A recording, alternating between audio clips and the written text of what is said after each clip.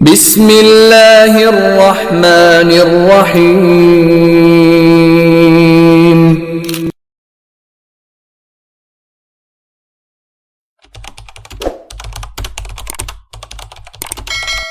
السلام عليكم ورحمة الله وبركاته. بسم الله الرحمن الرحيم. سبحان الله مبدئ الكواكب اللوامع ومنشئ السحائب الهوامع ومعلي السنة الشريفة وأربابها في مجامع الصدور وصدور المجامع، باعث النبي العربي بالكلم الجوامع والحكم الروائع ومؤيده بالدلائل القواطع والبراهين السواطع، فشنف بحديثه المسامع وسيف من عانده في معارك المعامع، وقطع من أهل الشرك أغناك الأغناق ومطايا المطامع، ووعدهم في المآب بالجحيم من الشراب، ولهم من الحديد مقامع. وصلى الله عليه وعلى آله وصحبه ما أنهلت المنابع وأنهلت عند ذكر حديثه المدامع، وسلم تسليما كثيرا. ബഹുമാന്യരെ, വേദശേഷ മഹാസത്യപാതാരം അസഹുൽ കുത്തുബി ബഅദ കിതാബില്ലാ സഹീഹുൽ ബുഖാരി എന്ന നമ്മുടെ ഈ ദർസിലെ പ്രധാനപ്പെട്ട ഒരു ചർച്ചയിലാണ് നാം ഉള്ളത്. ബഹുമാനപ്പെട്ട മഹാന്മാരായ മുഹദ്ദിസീങ്ങൾ ഹദീസ് ക്രോഡീകരണത്തിൽ അവർ ചെയ്തതായ സൂക്ഷ്മതകൾ, ഒരൊറ്റ ഹദീസും നഷ്ടപ്പെട്ടു പോവാതിരിക്കാൻ വേണ്ടി അവരുടെ ജാഗ്രത, അവരുടെ അധ്വാനം, അതിൻ്റെ ഫലമായി രചിക്കപ്പെട്ട കിതാബുകൾ, അതിൻ്റെ വൈവിധ്യ സ്വഭാവങ്ങൾ, അതാണ് നാം ചർച്ച ചെയ്തുകൊണ്ടിരിക്കുന്നത്. അതിൽപ്പെട്ട ഒരു പ്രത്യേക ഇനമാണ് 14-ാമത്തെ ഇനമാണ് അത്തഅലീഖ്, തഅലീഖാത്തുകൾ, തഅലീഖുകൾ, മുഅല്ലഖാത്ത് എന്നെല്ലാം പറയും. തഅലീഖാത്ത് എന്ന് പറഞ്ഞാൽ ആ കിതാബുകൾ രചിക്കുന്ന ഇമാമ്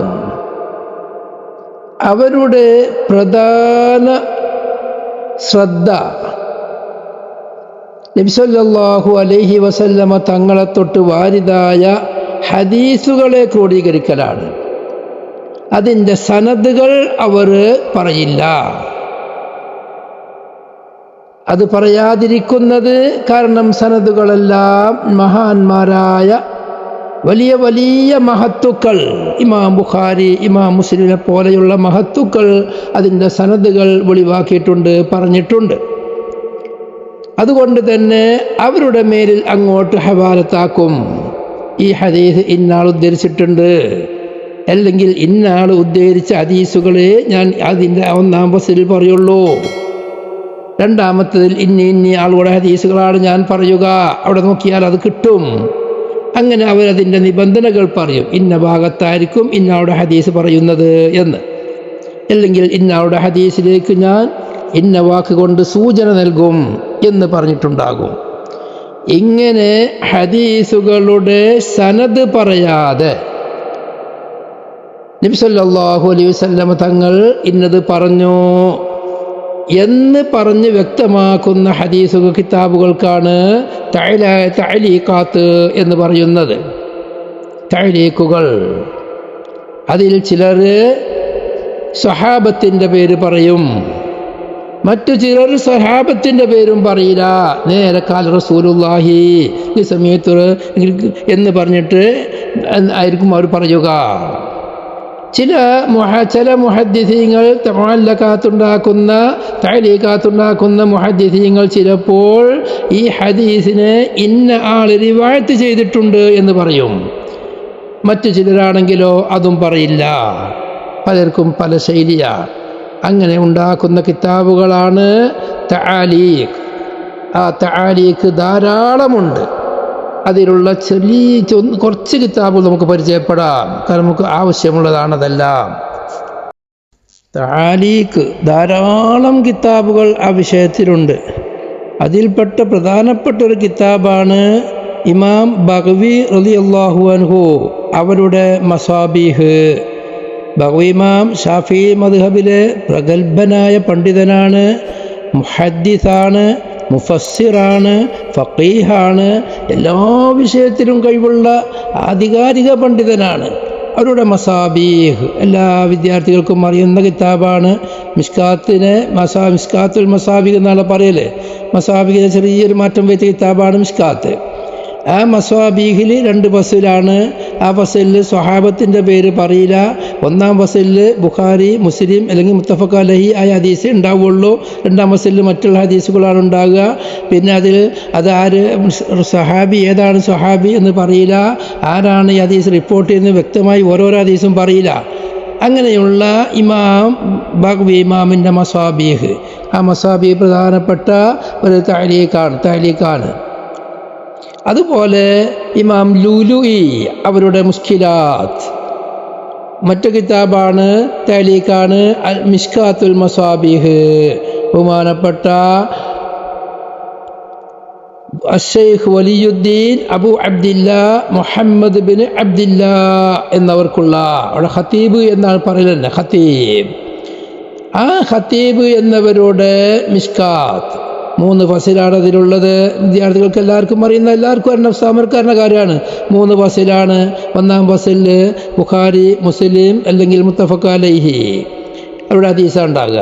രണ്ടാമത്തെ ഫസിൽ മറ്റുള്ള കാര്യമായ മുഹദ്ദിസീങ്ങളുടെ ഹദീസുകൾ.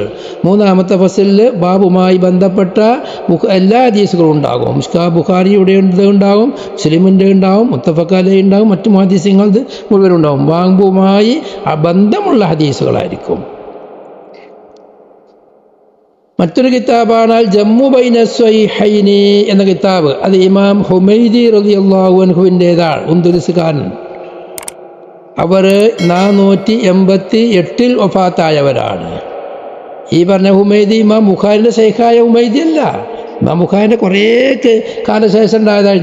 488 ഈ ജമ്മു ബൈന സ്വഹീഹൈനി ഉണ്ടാക്കിയ ഹുമൈദി. അവരുടെ കിതാബ് വളരെ ആധികാരിക ഗ്രന്ഥമാണത്.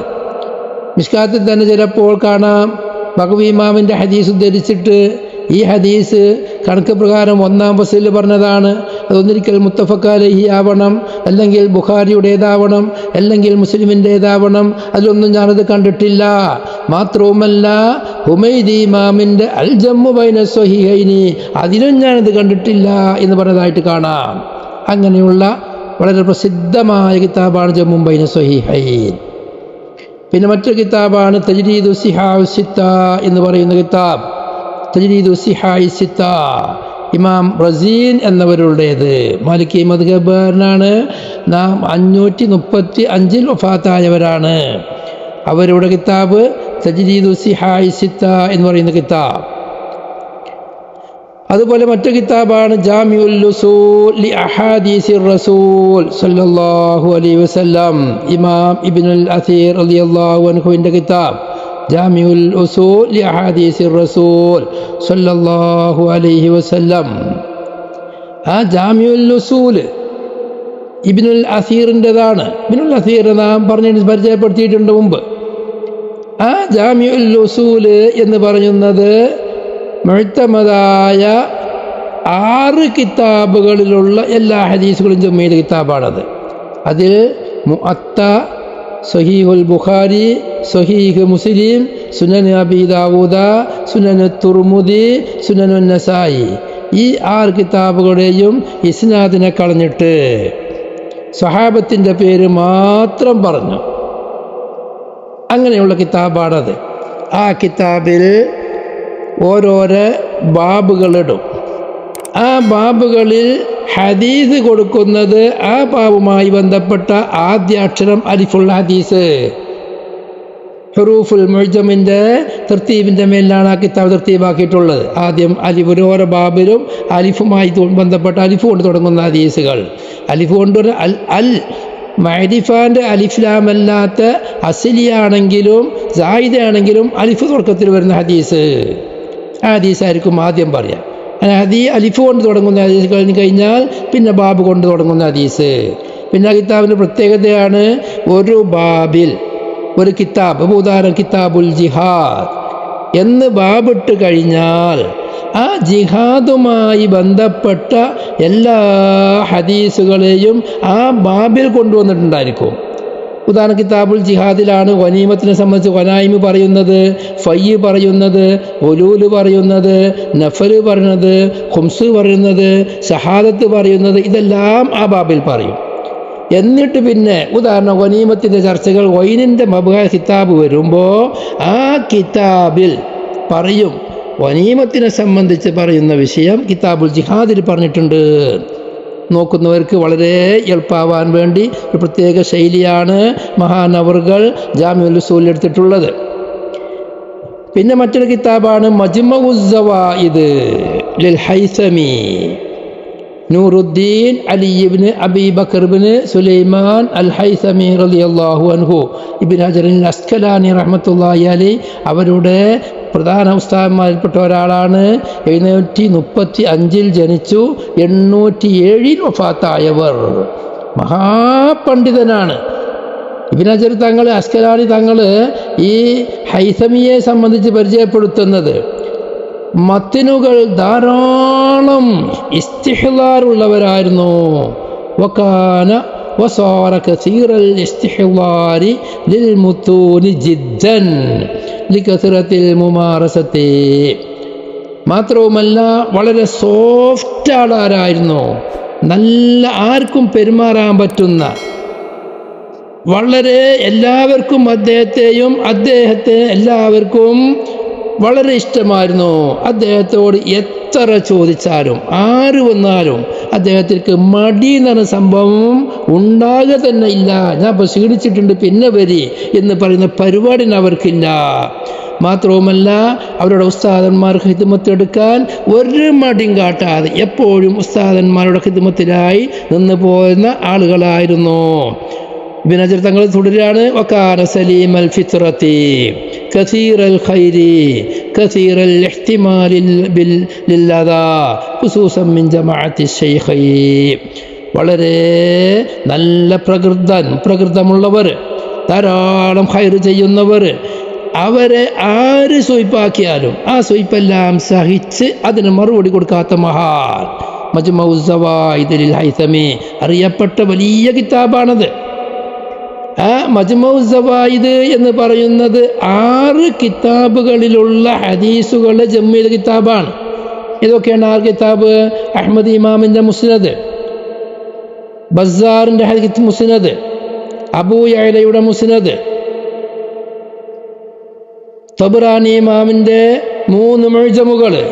ഈ 6 കിതാബുകളുടെയും ഒരു സമാഹാരമാണ് മജ്മഉസ് സവായിദ് എന്ന് പറയുന്നത്. വളരെ പ്രസിദ്ധമായ, ഇന്ന് ലോകത്ത് അറിയപ്പെട്ട കിതാബിൽപ്പെട്ട കിതാബാണത്. അതുപോലെ മറ്റൊരു കിതാബാണ് ജമ്മുൽ ഫവായിദ് എന്ന കിതാബ് ലിൽ അല്ലാമ മുഹമ്മദ് ബിൻ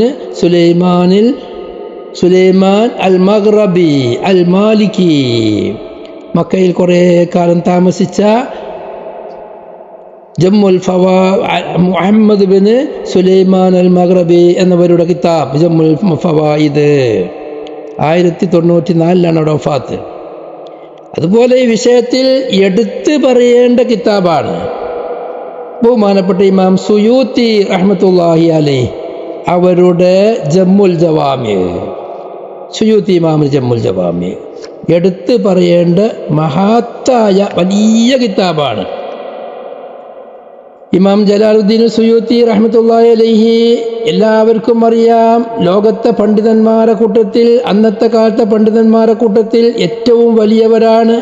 849 ഹിജ്റയിൽ ഹിജ്റ 849 ജനിച്ചു, 911 വഫാത്തായി. ഏകദേശം 62 വയസ്സാണുള്ളത്.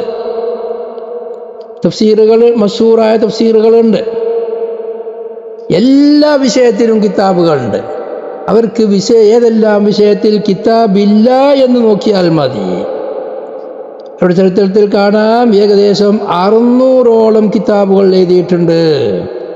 ജനങ്ങളുമായി, രാജാക്കന്മാരുമായുള്ള എല്ലാ ബന്ധങ്ങളും വിച്ഛേദിച്ച് 40 വയസ്സായതോടുകൂടെ തന്നെ ഇൽമിൻ്റെ തസ്നീഫിന് വേണ്ടി മാത്രം ഒരുങ്ങിയതായ മഹാനായ പണ്ഡിതനാണ് ഇമാം സുയൂത്തി. അവരുടെ ജമ്മുൽ ജവാമി, ഈ ജമ്മുൽ ജവാമി മനസ്സിലാക്കേണ്ടതുണ്ട്. നാം ഇന്ന് ചൊല്ലിയതായ ഹംദും സലാത്തും ജമ്മുൽ ജവാമിഇൻ്റെ തുടക്കത്തിലുള്ള ഹംദും സലാത്തുമാണ്. ഇമാം സുയൂത്തി റഹ്മത്തുള്ളാഹി അലൈഹിയുടെ ഹംദും സലാത്തുമാണ്. അതൊന്നും കൂടി ആവർത്തിച്ച് കേൾക്കേണ്ടതാണ്.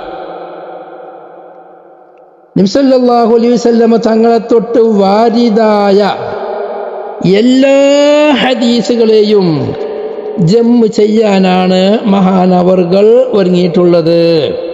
മഹാനവർകൾ പറയാണ്, ഹാദാ കിതാബുൻ ഷരീഫുൻ ഹാഫിലുൻ. ജമ്മുൽ ജവാമിന് തുടക്കാണത്. വലുബാബുൻ മുനീഫുൻ റാഫിലുൻ ബിജംഇൽ അഹാദീസി ശരീഫത്തിൻ നബവിയ്യത്തി കാഫിലുൻ. ഇത് വളരെ പരിപൂർണമായ സർഫാക്കപ്പെട്ടൊരു കിതാബാണ്. വളരെ ഉയർന്നതായൊരു കയമ്പാണത്. നബി സല്ലല്ലാഹു അലൈഹി വസല്ലമ തങ്ങളുടെ ഹദീസുകളെ ഒരുമിച്ച് കൂട്ടൽ കൊണ്ട് ഇത് ഉത്തരവാദിത്തം ഏറ്റെടുക്കുന്നു. ഖസത്തു ഫീഹി ഇലസ്തിആബിൽ അഹാദീസിൻ നബവിയ്യ.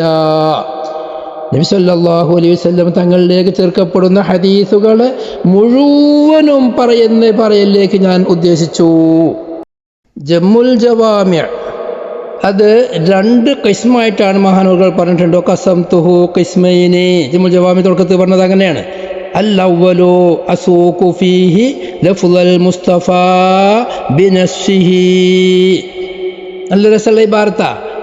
നബി സല്ലല്ലാഹു അലൈഹി വസല്ലമ തങ്ങളുടെ ലഫ്ളുകളെ അതേമാതിരി പറയുന്നത്.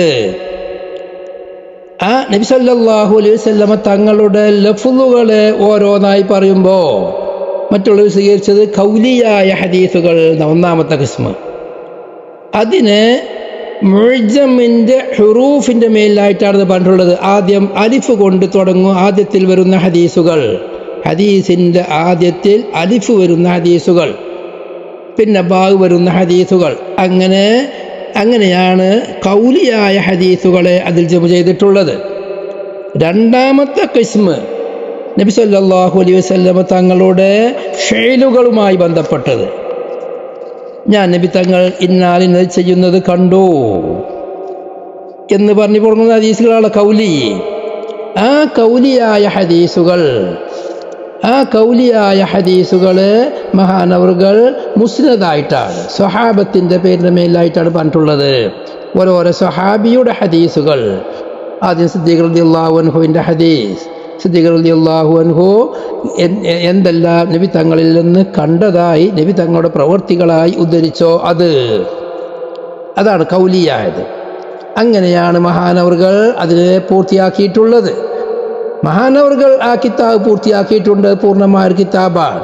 പക്ഷേ അവരുടെ ഉദ്ദേശം എല്ലാ ഹദീസുകളെയും ജമ്മ് ചെയ്യുക എന്ന് പറയുന്നത് അതിലുണ്ടായിട്ടില്ല. മഹാന്മാർ പറയുന്നത് അതിൻ്റെ എല്ലാം എടുത്തു നോക്കുമ്പോൾ 1,00,000-ഓളം ഹദീസുകളുണ്ട്.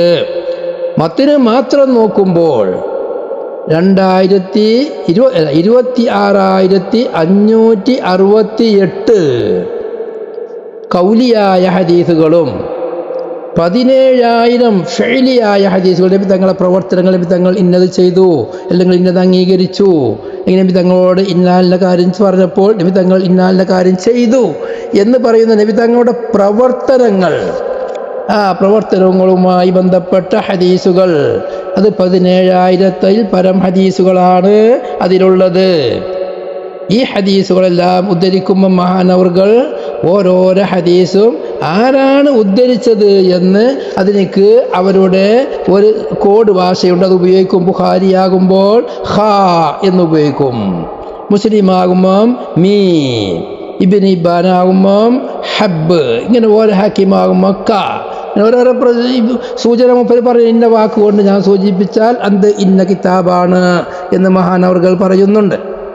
ഇങ്ങനെയാണ് ജമ്മുൽ ജവാമി ഉണ്ടാക്കിയിട്ടുള്ളത്. അത് പിൻകാലത്തുള്ളവർ പരിശോധിച്ച് നോക്കുമ്പം എല്ലാ ഹദീസും ജമ്മു ചെയ്യാൻ മഹാനവറുകൾ ഉദ്ദേശിച്ചെങ്കിലും എല്ലാം കൂടിയും അതിൽ ഒരുമിച്ച് കൂടിയിട്ടില്ല. ഇനിയും അതിൽ ഉദ്ധരിച്ചതിൻ്റെ 1/3 ഹദീസ് മറ്റ് കിതാബുകളിൽ കിടക്കുന്നുണ്ട് എന്നാണ്. ഏകദേശം 100ഓളം കിതാബുകളിൽ നിന്നാണ് അത് ഉണ്ടാക്കിയത്. മറ്റു കൃത്യമായി ഉദ്ധരിക്കുന്നുണ്ട്. 71 കിതാബിൻ്റെ പേര് അതിൽ പറഞ്ഞിട്ടുണ്ട് എന്ന്. ഹദീസിൽ രചിച്ചതായ 71 കിതാബ്. മറ്റു ചിലർ പറഞ്ഞത് 100ഓളം കിതാബുകളിൽ നിന്നാണ് ജമ്മുൽ ജവാമി ഉണ്ടാക്കിയത്. എന്നാലും അവരുദ്ദേശിച്ചതുപോലെ 100% ഹദീസും അതിൽ ക്രോഡീകരിക്കപ്പെട്ടിട്ടില്ല. 1/3 33% ഹദീസുകൾ ഇനിയും പുറത്തുണ്ട് എന്ന് മഹാന്മാർ വിശദീകരിക്കുന്നുണ്ട്.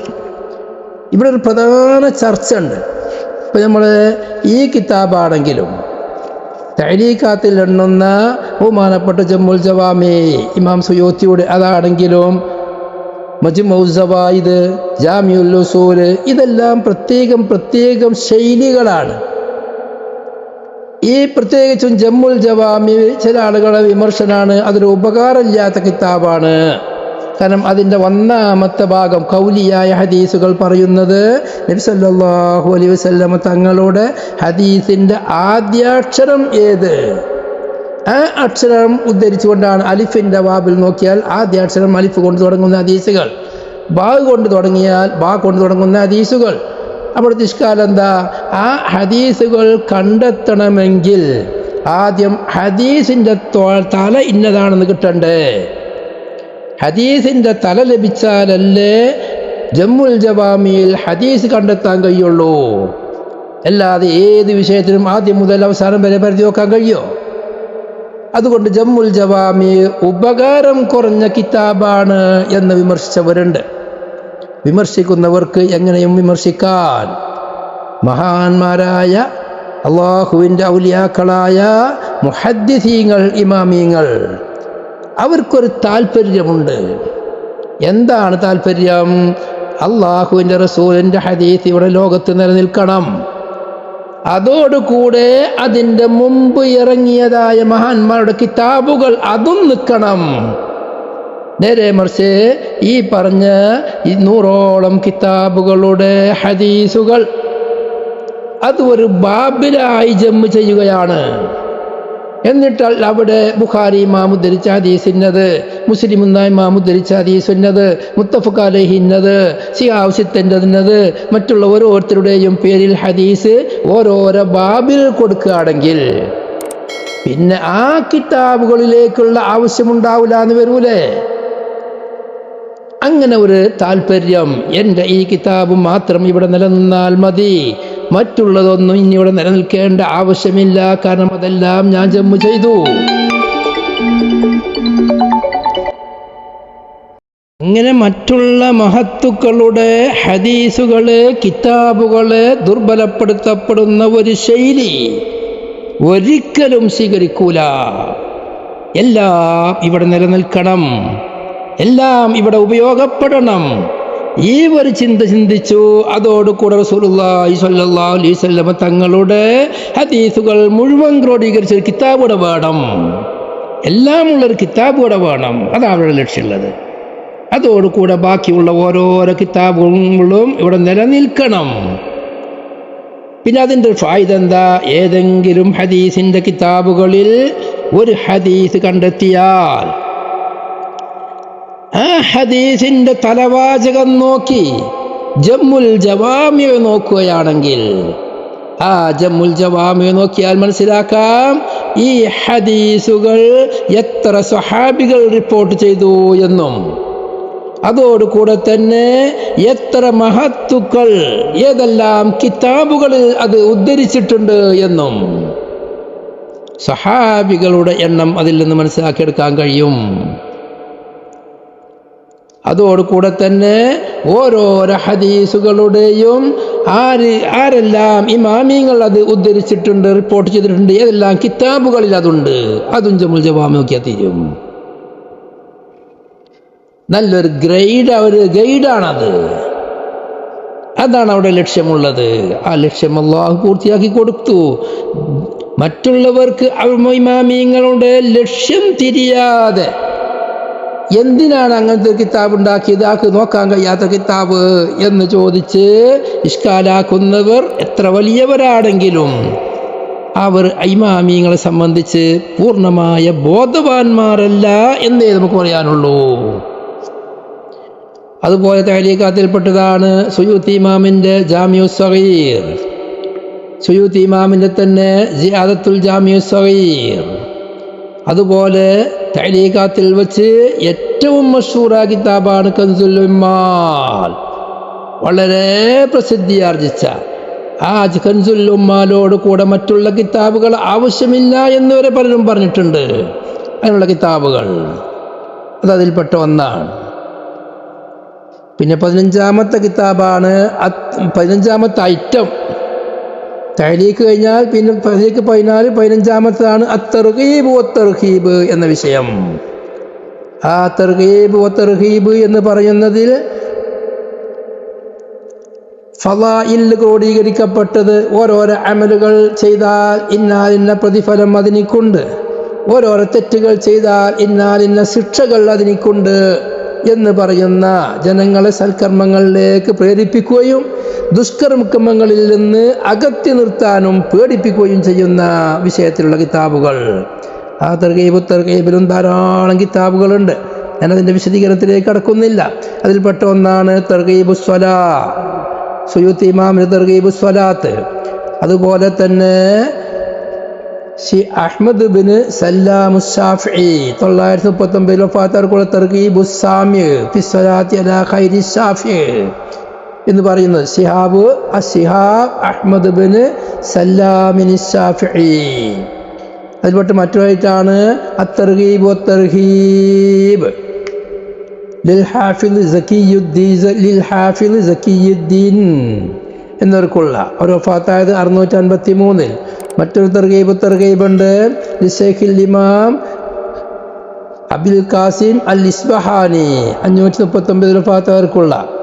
മറ്റൊരു തർഗീബുണ്ട് അബൂ മൂസൽ മദീനി എന്നവർക്ക്. മറ്റൊരു തർഗീബുണ്ട് ഇബ്നു സഞ്ചവൈഹി എന്നവർക്ക്. മറ്റൊരു തർഗീബുണ്ട് മറ്റൊരു കിതാബാണ് ഫളായിലുൽ ജിഹാദ് ഇബ്നു സദ്ദാദിൽ മൗസിലി അവർക്കുള്ള. മറ്റൊന്നാണ് ഫളായിലു സുൽത്താൻ സലാഹുദ്ദീൻ. അത് ഫളായിലുള്ളതും അത് തർഗീബ് എന്നതുകൊണ്ടാണ് പറഞ്ഞത്. സുൽത്താൻ സലാഹുദ്ദീൻ്റെ ഫളായിലു കിതാബുണ്ട് എന്ന് പറഞ്ഞിട്ടുണ്ടായിരുന്നത്. അതുപോലെ കിതാബുൽ ജിഹാദ് അബ്ദുല്ലാഹിബ്നു മുബാറക്കിനുള്ളത്. കിതാബുൽ ഹാഫിദ് ശിഹാബുദ്ദീൻ ഇബ്നു അസാക്കിർ, മശഹൂറായതാണ് ഇബ്നു അസാക്കിറിൻ്റെ കിതാബ് അത്തർഗീബ് വത്തർഹീബ് കിതാബ്. പിന്നെ ഫളായിലുൽ അഅ്മാലുണ്ട് ഇബ്നു സഞ്ചവൈക്ക്. അബുൽ ബറക്കാത്ത് നസഫി എന്നവർക്ക് 710 വഫാത്തായ അവർക്ക് ഫളായിലുൽ അഅ്മാലുണ്ട്. ഹാഫിദുൽ മുഖദ്ദസിൽ ഹംബലി അവർക്കുണ്ട് ഒരു ഫളായിലുൽ അഅ്മാൽ. ഫളായിലുൽ അൻസാർ ഉണ്ട് ഇമാം അബീ ദാവൂദ. ഫളായിലുൽ ബസറ വ ബഗ്ദാദ ഫളായിലുൽ ശൈഖൈൻ ഫളായിലുൽ സഹാബ, ഇങ്ങനെ ധാരാളം കിതാബുകൾ ഫളായിലുണ്ട്. അതുപോലെ തർഗീബ് തന്നെയാണ് ഫളായിലിൻ്റെ വിഷയം എണ്ണുന്നത് മഹാന്മാർ. ഫളായിലു ഉമ്മുൽ മുഅ്മിനീൻ ഖദീജ റളിയല്ലാഹു അൻഹാ, ഫളായിലു റമളാൻ, ഫളായിലു സലാസ, ഫളായിലു ഹിറ, അങ്ങനെ ധാരാളം ഫളായിൽ കിതാബുകളുണ്ട്. അതെല്ലാം തർഗീബിൻ്റെ വിഭാഗത്തിൽപ്പെട്ടതാണ്.